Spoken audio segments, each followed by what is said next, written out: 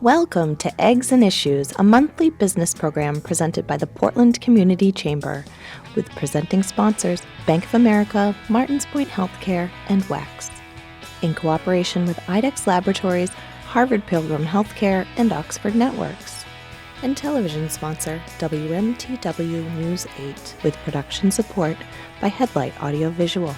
And now, please welcome the Portland Community Chamber President, Bill Becker of Key Private Bank.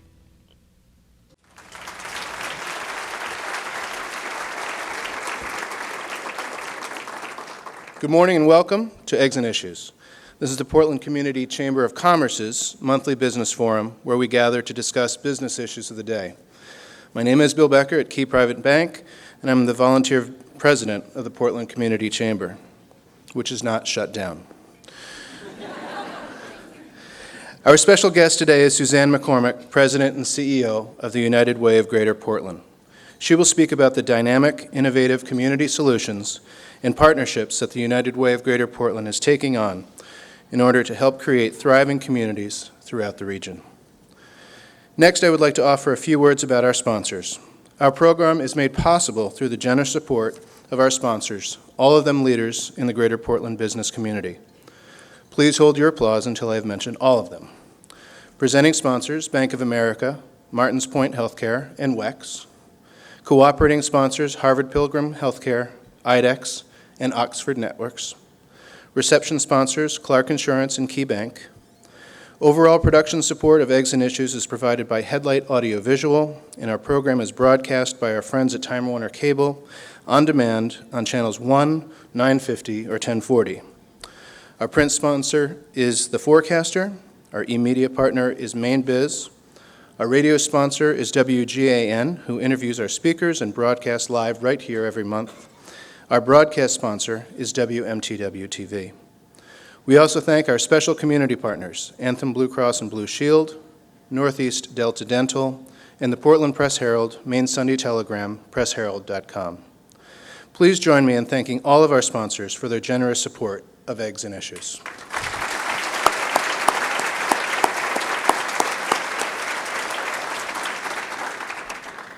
Our Tomorrow's Leaders program allows high school students to attend Eggs and Issues during the academic year. We'd like to thank our sponsors, AAA Northern New England and Springborn Staffing, for their support of this program. We welcome many students to our event this morning. With us, we have students from Westbrook Regional Vocational Center, Cape Elizabeth High School, Portland High School, Catherine McCauley, and Chevers High School. Students, please stand and be recognized.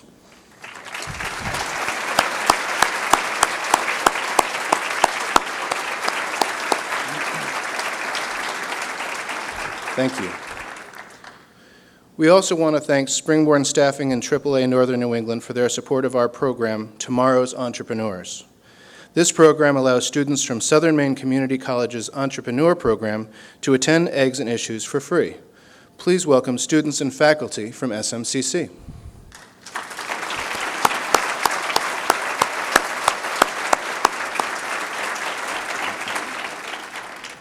Baker Newman Noyes sponsors our Community Corner program, which allows area nonprofits to promote their organizations at Eggs and Issues.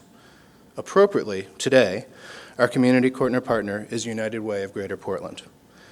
Now, Suzanne will tell you all about it, but I'll give you a brief overview. United Way of Greater Portland has been working to improve people's lives by mobilizing the caring power of our communities for over 80 years.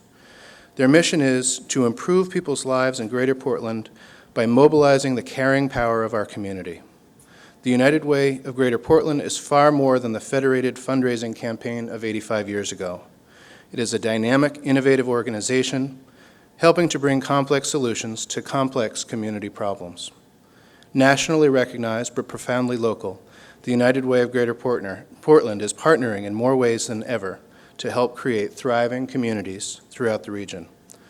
With us today is a whole host of staff from United Way. I'd ask you all, the staff and the board of United Way who are here, to please stand and be recognized.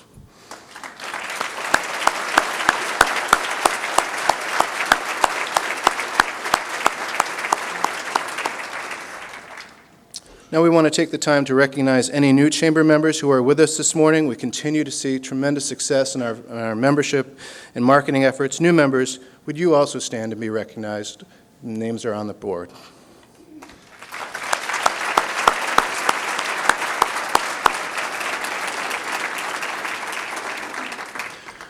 We are also proud to welcome members of our Portland Veterans Network, our comprehensive free program for unemployed and student veterans, focusing on jobs, wellness, educational, and networking opportunities.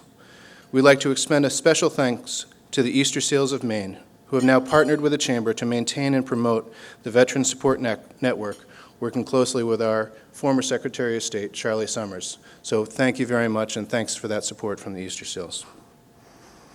I do want to take a quick moment for those of you that heard us talk about the annual awards event and said that it wasn't like events of the past.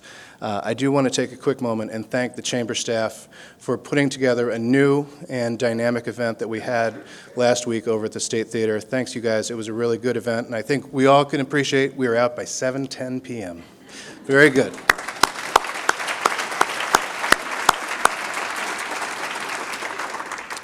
Following Suzanne's remarks, we'll have a question and answer session. For this portion of the event, please use the microphone closest to your table to pose your question. Please introduce yourself and tell us the name of your company or organization. And now on to our speaker. Suzanne McCormick began her career in the human services sector 25 years ago as a Peace Corps volunteer in Thailand. Upon returning to the United States, she led a large volunteer program at the International Center in New York City. Moving to Maine in 1994, Suzanne was hired by the United Way of Greater Portland, where she held several senior-level positions, including Director of Volunteer Development, Vice President of Agency Relations, and Vice Presidents of Major Gifts and Planned Giving. In 2002, she joined the American Red Cross of Southern Maine. There, she served as Senior Program Director before being hired as CEO in 2003. During her tenure as CEO, the American Red Cross was honored with the WCHX Who Care Agency of Distinction Award. In 2007, Suzanne was hired as President and CEO of People's Regional Opportunity Program. PROP, which has since merged into the Opportunity Alliance, was one of the region's largest human service organizations. And in December of 2009, Suzanne returned and was selected as President and CEO of the United Way of Greater Portland. Suzanne is a graduate of Duke University. She serves as a trustee of the Portland Public Library and on the boards of Piper Shores, Portland Community Chamber, and the Cumberland Club. Suzanne also serves on the Executive Committee of United Way's Worldwide National Professionals Council. Suzanne and her husband Bill live in Buxton and spend their weekends alongside many of us cheering for their soccer stars, their 12-year-old son Jack and their 12-year-old daughter Fiona, who are fierce soccer players. Please welcome Suzanne McCormick, President and CEO of the United Way of Greater Portland.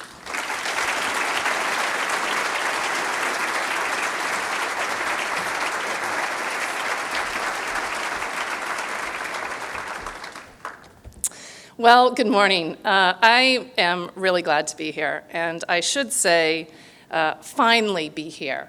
As the CEO of 3 significant community organizations, as you've heard, the American Red Cross, PROP, and then the United Way of Greater Portland. For the past 10 years, I've had directors of marketing who have said to me at least once a year, "Oh, we're gonna get you to Eggs and Issues." Well, 10 years later, I'm finally here. Although after last month, I started to wonder why it took so long. If you were here, you might remember that Melissa Smith from WEX spoke. And don't get me wrong, because I love Melissa and I think she's fabulous. It's just that she hasn't even assumed her position as CEO yet. But I think I figured out the reason for the sequencing, and I think Melissa may have had something to do with it. For the past several years, United Way has been recognized by Forbes magazine as one of the top 50 most valuable brands. We're the only nonprofit on that list, along with the likes of Coca-Cola, Microsoft, Toyota. And knowing Melissa's competitive spirit and the fact that WEX just went through a rebranding, I'm pretty sure she is vying for our spot on that list. In all seriousness, it has been worth the wait. I certainly have a much better headshot now than I would have had 10 years ago.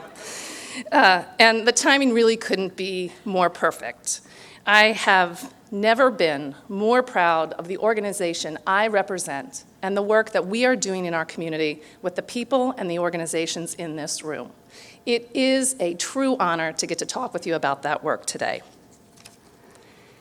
If you are like most people, when you see or you hear United Way, you know we do good work, but you might not know what we do. And that's what I want to change today. So I'm going to start with a little history. United Way is a product of the turn of the century, the last century. It was created to provide a community-wide response to people's needs. Before United Way came along, there were many organizations who were raising money for their cause, and they ended up asking the same people over and over again, the same people over and over again for money and help. This was happening across the country, and in 1928, it was happening in southern Maine as well. So a prominent gentleman in Portland, Walter Davis, decided to do something about it. And he formed an exploratory committee, and that committee was charged with evaluating the problem of these redundant and competitive fundraising campaigns. And the result was the formation of what they called at the time the community chest, and that became the precursor of United Way. The first community chest campaign took place in 1930, and it raised just over $206,000, which in this day would be the equivalent of almost $2.8 million. That is tremendous. Those funds went to support 18 original organizations, many of which are still in our community today: Boys and Girl Scouts, YMCA, the American Red Cross, and Boys and Girls Club. In 1956, the community chest became what they called the United Fund, and then in 58, because redundancy was still quite an issue in this area, and people were still striving to create a more effective health and human services welfare system, the United Way merged with another group, again, trying to reduce redundancy, and they formed a group called United Community Services.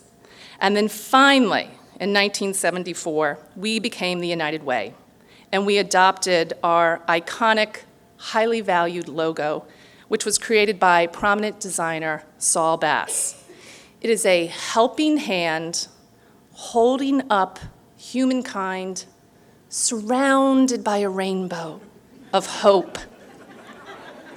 This would be a good place for a unicorn or some music. So, Abby's gonna cue up some music for me. A little pause. This is the #1 song from 1928, the year we were founded. I'm happy, so happy, walking on air, the why and the wherefore. Oh, I did that. Sorry. Let's try it again. It's such a great song.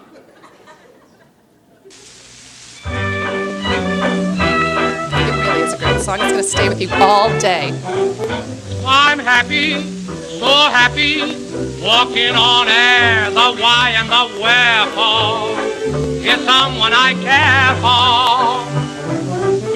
And I'm yelling, and I'm telling folks everywhere, I know that she loves me, so what do I care?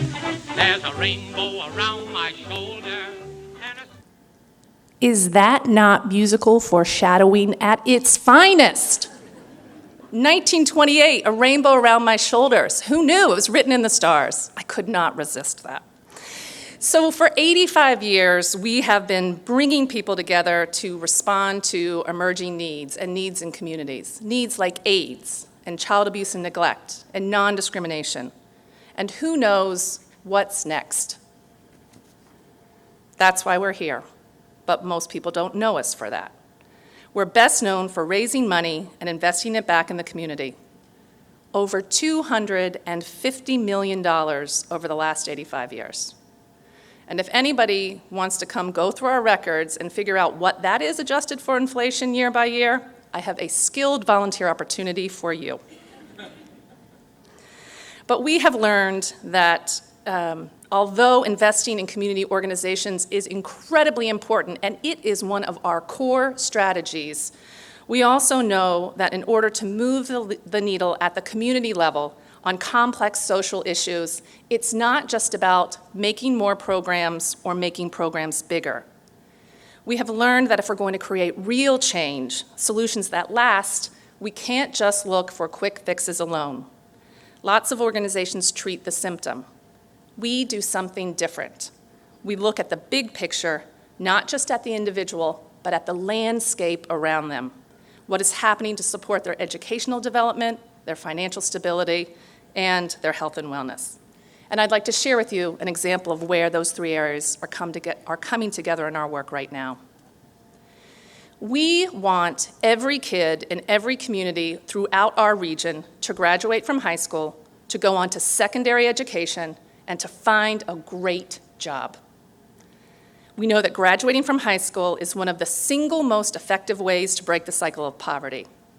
Kids who graduate from high school, kids who are going to graduate from high school in this room, you're going to earn more money, you're going to live healthier lives, and you're going to give back to your community. When kids aren't successful in school, there's a tendency to point the finger at teachers and the education system. But it goes deeper than that. Kids need much more than what happens in a classroom. Last month, I visited a kindergarten classroom, much like the one in this photo. And I asked the kids, there were about 19 or 20 kids, what do you want to be when you grow up? One kid told me he wanted to be a policeman. One little girl wants to drive a bus. Another boy told me he wants to fix big trucks. There was an aspiring cook, and the sweetest little girl told me she wanted to be a doctor and a dancer. Not one said, I don't know. Not one child said, I don't want a job. Not one said, I want to drop out and do nothing. Every single one had something they wanted to be. Every single one had some aspiration. The reality, which is our challenge, is that in some school districts, right here in our community, 6 or 7 of those 20 kids are not going to graduate from high school. They are going to drop out and fail. In this kindergarten classroom, on the first day of school, there is already a gap between some kids. Kids who come from families with middle incomes or above will likely know more letters of the alphabet. They will likely be able to have stronger counting skills, maybe some basic reading and writing skills. Part of this is because they may have benefited from a quality preschool program, and their families aren't struggling to meet their basic needs, like food. Kids can't learn when they're hungry. But there's another reason. Kids from middle-income families have more books. If you have kids, and if you don't, if you have nieces or nephews or grandchildren, think about their room and the bookshelves in their room. There's probably lots of books there. In a middle-income household, there's an average 13 books per child.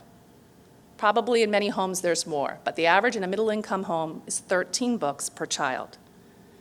In a lower-income neighborhood, that ratio is just 1 book per 300 children. That's 1 book per 300 children. From the first day of kindergarten, there is a gap. Literally, there is a front row and a back row. Once kids start kindergarten, all things being equal, you'd expect that they'd progress at the same rate if they had effective teachers in a good classroom setting, but all things are not equal. In this classroom, 2 of these kids are going to miss nearly a month of school this year. A month of school. And it's not hard to see the connection between attendance and academic achievement. You can't learn if you're not in school. So by the end of this class's school year, the gap that started before they even went to kindergarten will have widened. And then when you layer on a summer experience, which may or may not include enriching activities for a kid, that gap is going to get wider. So on the opening day of first grade, that gap's going to be there, only it's going to be bigger.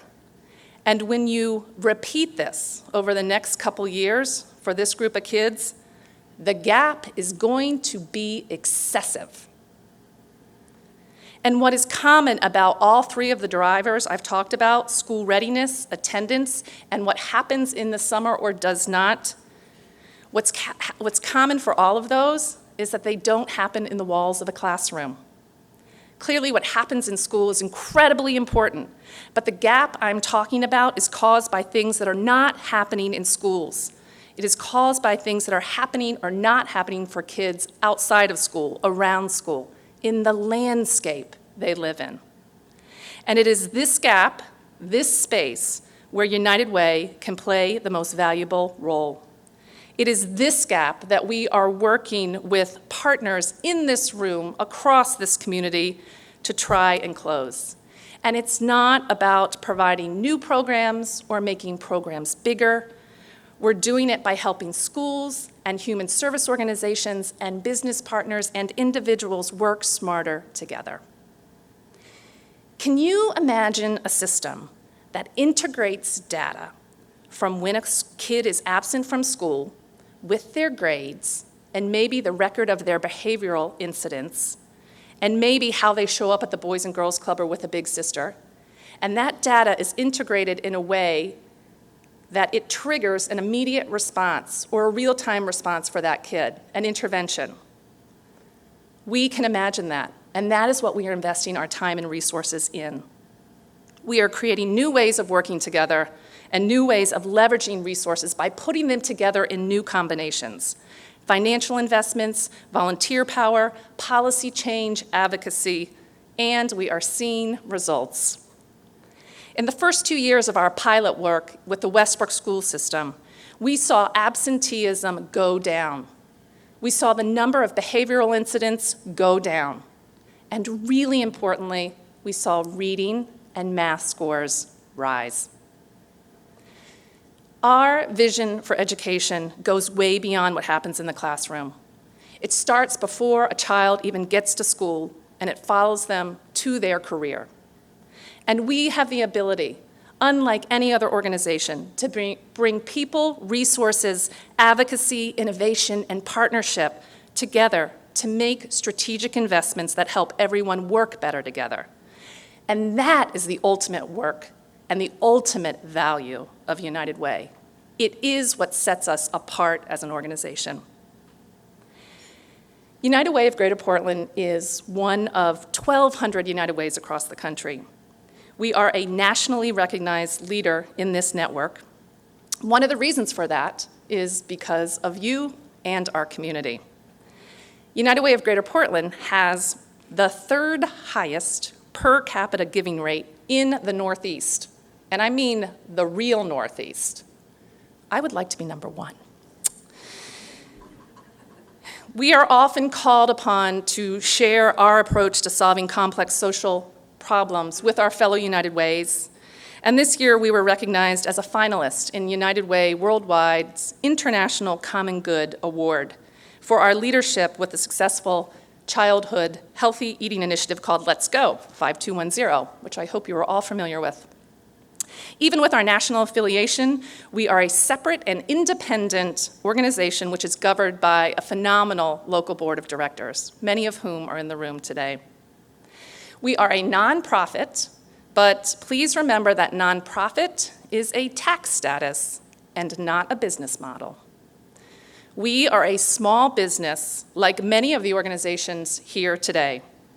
We have a staff of 30 paid, hundreds of volunteer, and we generate gross annual revenues of $9 million.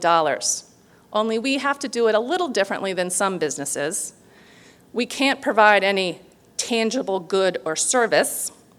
We don't make huge investments in marketing or media buys, and our research and development function often happens on the back of a napkin. But we aspire to excellent customer service. We strive to work as effectively and efficiently as possible. We want to be one of the best places in Maine to work, both for our paid staff and our volunteers. And we want to deliver results to our investors, to the people in this room and the people in our community who support our vision of helping all kids succeed in school, all families achieve financial stability, and all individuals have the opportunity to live a healthy life.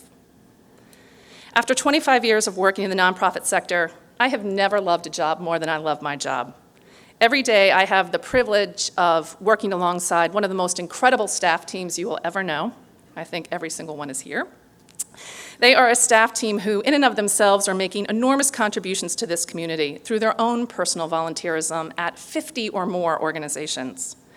And when you combine that staff team with the talented volunteers who help guide our work and a cast of community partners that are too big to count, but who each individually is valued and appreciated, it is truly an extraordinary experience.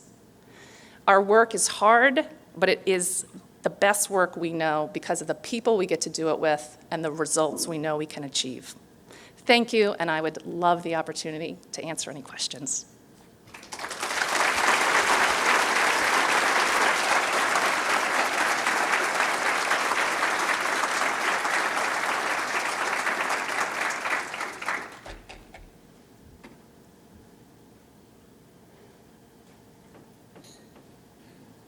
Hi, I'm Jamie Willey with Canteen Service, and I have a son who goes to school in Portland, and he's at an elementary school that has that serves some neighborhoods that I don't know the criteria necessarily, but they seem to qualify for food assistance and whatnot. And you talked about metrics in terms of following a path to solving a problem. And I'm kind of curious, as your pilot program rolls out, where you see that going. Our school is going to go through redistricting, and so some of those neighborhoods may shift, but I'm just curious how that would unfold. Also, I'll just put a plug in for the Day of Caring days, too. They've been good to participate in. Thank you. Thank you for the plug. Day of Caring is a day when we get thousands of people in our community out involved in volunteerism work. I mentioned our pilot program in Westbrook, and I mentioned that because that is where we have had the greatest results. We are also deeply involved with work with the Portland school system. There's a very strong collective impact collaborative effort called Portland Connect Ed. That might be a good speaker at some point. And so the same work that we have been doing in Westbrook, we are working with partners in Portland to do as well. We also have a strong partnership currently with the South Portland School District. I think as we look to expand where we want to take this model with schools, we do look at the data. Where are there families with lower income, where there might be more struggles? Another potential area in the future for us would probably be in the Lakes region because there are also some higher levels of poverty there too. So I'm happy to say that the work that we're doing is spreading beyond Westbrook, really throughout the region, and happy to tell you more about it. Thanks for asking, and thanks for the plug. Hi, Suzanne. Justin Lamontagne with the Dunham Group. Thanks for coming today. You brushed upon it a little bit, the relationship between the local United Way and national. And I guess my question is specifically, we're all supportive of the local United Way donating. Where's the dollar that I give going? Is it staying in Maine? Is it going to New England? When you give through United Way, you have lots of choices about where your gift can go. If you give to the United Way of Greater Portland and you want your dollar to stay in Portland, that is where it stays. We do, as a part of the network of United Way, we do pay some national dues, but from those we get incredible technical assistance. Technical assistance that's really been valuable to us in this education work and actually in Portland and Westbrook. But if you give locally, it stays locally. We are an independent nonprofit, locally governed. If, however, you want your dollars designated to another community, then we would honor that. But it stays here, with the exception of a small percentage of our annual budget, which we do pay into this technical assistance program.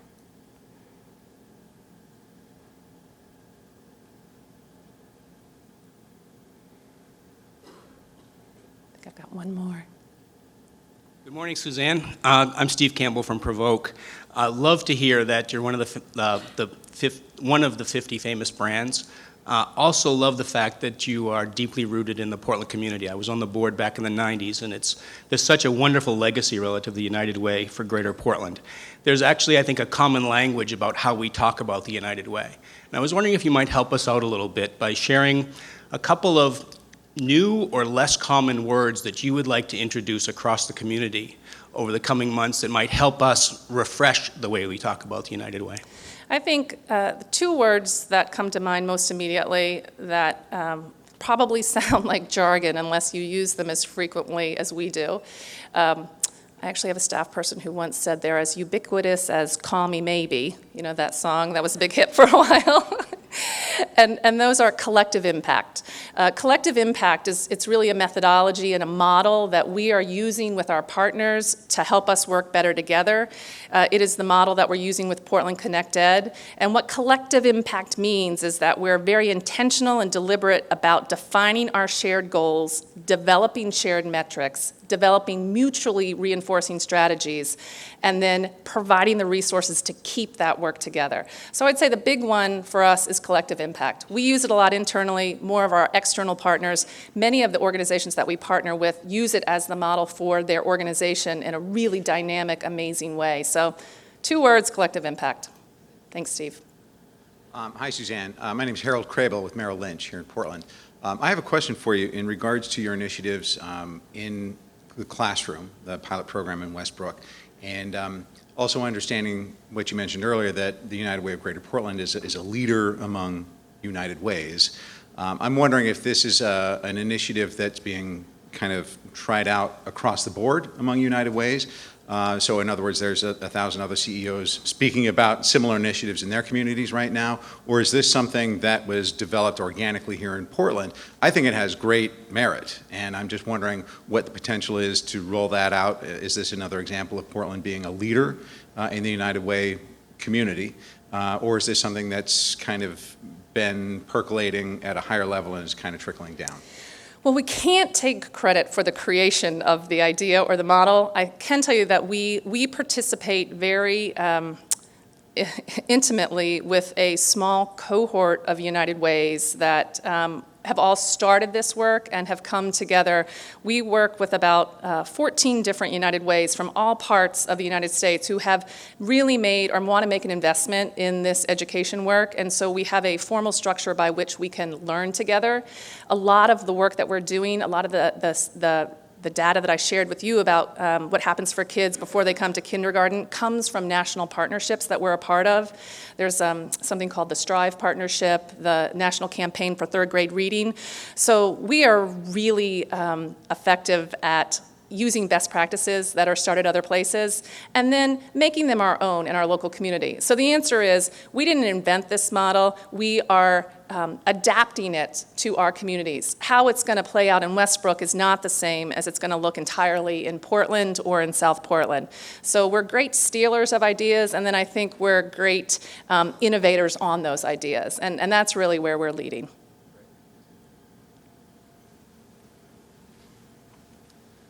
Good morning, Suzanne. Ron Cantor, Southern Maine Community College. It's been a pleasure working with you on Connect Ed and many other initiatives. In Maine, we hear a lot about the 2 Maines, but I also, in Portland, we've heard recently about the 2 Portlands. And I'm wondering what comments you have on income disparities, education levels, et cetera. Some see a growing disparity. I'm wondering what your perspective is on that. I think we have been really fortunate even this year in our ability to see data that shows how, when you look at disparities at a sort of a global level, you can't really tell what's happening. We are really committed, especially through our work with Portland Connect Ed, at digging into how do disparities play out with different kinds of kids and trying to find the right supports to meet a kid wherever they are. So we know the disparities, they seem to be growing, but we're also exploring best practices to address those disparities in a way that are meaningful for kids depending on where they are. So I guess the answer, Ron, is we know it's a huge part of our challenge, and we're really committed to finding best practices and data that will support evidence-based practices that can start to close those disparities. And I would like to say, our vision is not 2 school systems or 2 Portlands. We want one school system. We want an education system that serves every kid, not that there's a front row and a back row for kids. Good morning, Suzanne. Thanks for your leadership and your speech this morning. My question is really around the alarming fact about books in preschool homes. And I guess the question is, thinking back when my own kids were younger, was the access to a library, which most of us take for granted and use regularly. And the question is, they're all wonderful, no matter what community you're in. You have a small public library. And so I'm just curious whether it's access, awareness, or how come these families can't get free books? Because with libraries, as long as you bring them back, those books, you're going to get more. So maybe you could just speak to that, being a member of the Portland Library Board as well. Thank you. Thanks, Pete. I think that we as a community are, some of that data is national data. I think we as a community, even in this, again, this last year, have seen tremendous strides in increasing access to books for kids. In particular, the Portland Public Library, thanks to some great funding from Key Bank, you may have seen the bookmobile around town. And so the bookmobile now is a wonderful tool to get books to kids and families. I do not disagree that we have wonderful libraries. One of the things that we do know, however, for some families who are struggling, their ability to actually get to a library is inhibited and because of transportation needs. So we have to continue to find more ways to get books into the hands of kids. Some of the work that we have been doing through our partnerships with the schools and our business partners is getting books to kids in school so they can take them home, and also hosting events for parents to come and learn how to interact with their kids around those books or around those literacy tools. So there are lots of books. We just have to find more ways to connect them more closely to families who don't walk by a library every day. But a lot of that work is in play right now, and I think we're probably leading that among other communities. And we have time for one more question. Great. My name is Madeline Holm. I am the AmeriCorps Vista over at Southern Maine Community College. So you talked a lot about how there's these pilot programs in the Westbrook schools and Portland schools and South Portland. But you also talked about how you would like to see eventually that connection to careers. What do you see that connection point being at the secondary level? Well, I will tell you that I'll use Portland Connect Ed as a good example.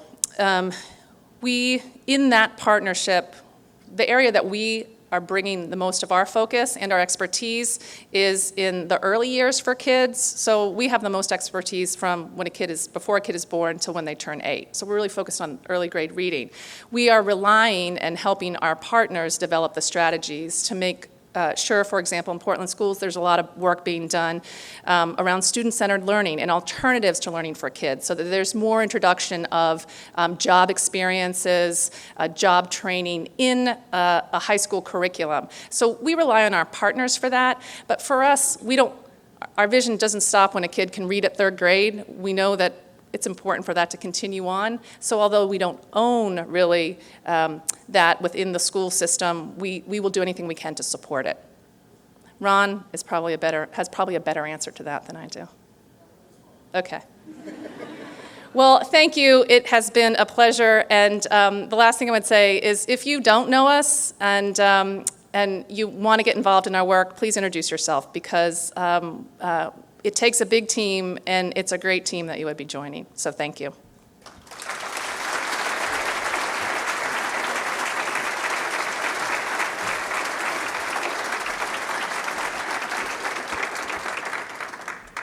Thanks, Suzanne, for providing a much more robust understanding of the United Way than many of us may have had before, so appreciate it. As a thank you for speaking today, we will be making a donation in your honor to the United Way of Greater Portland. So some final announcements before we wrap up. You can stay up to date on everything related to the Chamber by connecting via Facebook, LinkedIn, and Twitter. Stay tuned to the Chamber's YouTube page for video of this morning's Eggs and Issues. And as always, the photos taken here this morning will be available for viewing on Facebook and Flickr. Thank you very much for coming and joining us this morning. We hope to see you again on November 6th with MEMIC's President and CEO, John Leonard, as our speaker. Have a great day. Thanks.